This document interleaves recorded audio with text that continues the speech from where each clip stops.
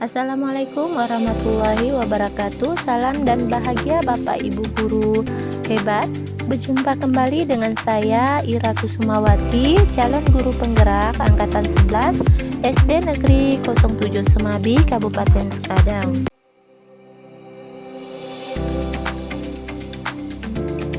Apa itu pembelajaran berdiferensiasi? Pembelajaran berdiferensiasi adalah usaha guru dalam menyesuaikan proses pembelajaran di kelas untuk memenuhi kebutuhan belajar individu murid. Artinya, pembelajaran berdiferensiasi adalah pembelajaran untuk mendukung semua murid di kelas kita. Maksudnya apa ya? Ingat, setiap anak adalah unik. Mereka punya kelebihan dan kekurangannya masing-masing. Begitu pula dengan minat, gaya belajar, kebiasaan pola pikir, kemampuan literasi, dan lain-lain. Pasti berbeda-beda ya kan? Nah, disinilah diperlukan usaha guru untuk dapat memenuhi kebutuhan belajar murid yang berbeda-beda, agar mereka merasa nyaman saat belajar di kelas dan tentunya tujuan pembelajaran dapat tercapai. Lalu, bagaimana ya cara untuk dapat melakukan pembelajaran diferensiasi di kelas? Agar dapat melakukan pembelajaran berdiferensiasi, guru harus memahami tujuan pembelajaran terlebih dahulu. Caranya mengetahui dan merespon kebutuhan belajar murid, menciptakan lingkungan belajar yang mengundang murid untuk belajar, melakukan manajemen kelas yang efektif, dan melakukan penilaian berkelanjutan. Berkaitan dengan kebutuhan belajar murid, guru harus memahami 3 aspek berikut ini. Yang pertama, kesiapan belajar murid atau readiness. Kesiapan belajar murid mengharuskan guru untuk menilai pengetahuan dan menentukan apa yang telah murid ketahui dan di mana murid berada.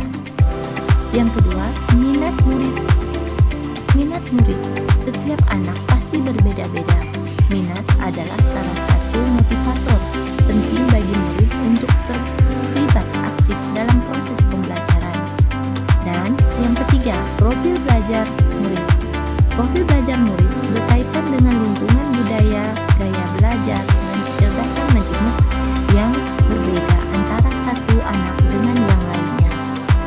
Kebutuhan belajar murid dapat didefinisikan berdasarkan cara-cara berikut ini: mengamati perilaku murid-murid, mengidentifikasi pengetahuan awal, mereview dan melakukan refleksi terhadap praktik pengajaran, berbicara dengan guru murid sebelumnya, membaca respon murid di kelas sebelumnya, atau bisa juga menggunakan berbagai penilaian formatif dan diagnostik.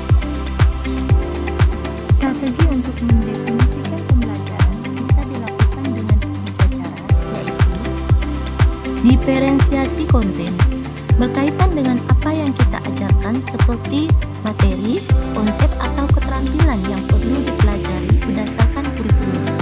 Yang kedua, diferensiasi proses, kegiatan yang memungkinkan murid berlatih dan memahami atau menguasai dengan cara membedakan proses yang harus dijalani oleh murid.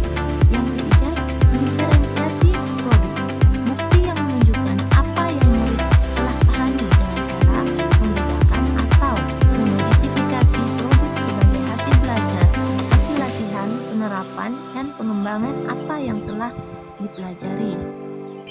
Lalu, adakah keterkaitan antara modul pembelajaran berdiferensiasi dengan modul-modul lainnya?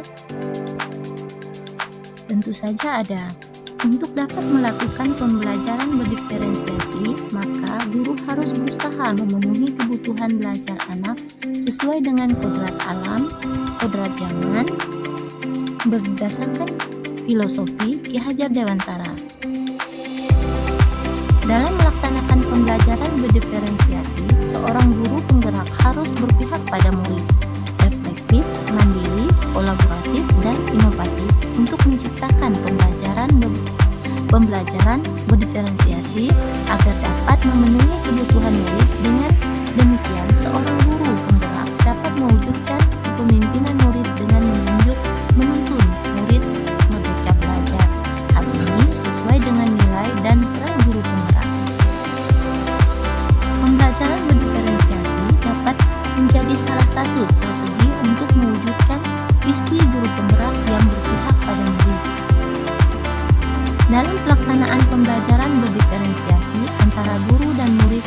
ada kesepakatan kelas terlebih dahulu agar proses pembelajaran dapat berjalan dengan baik sesuai dengan nilai-nilai budaya positif. Sekian dan terima kasih. Sekian penerapan koneksi antar materi modul 2.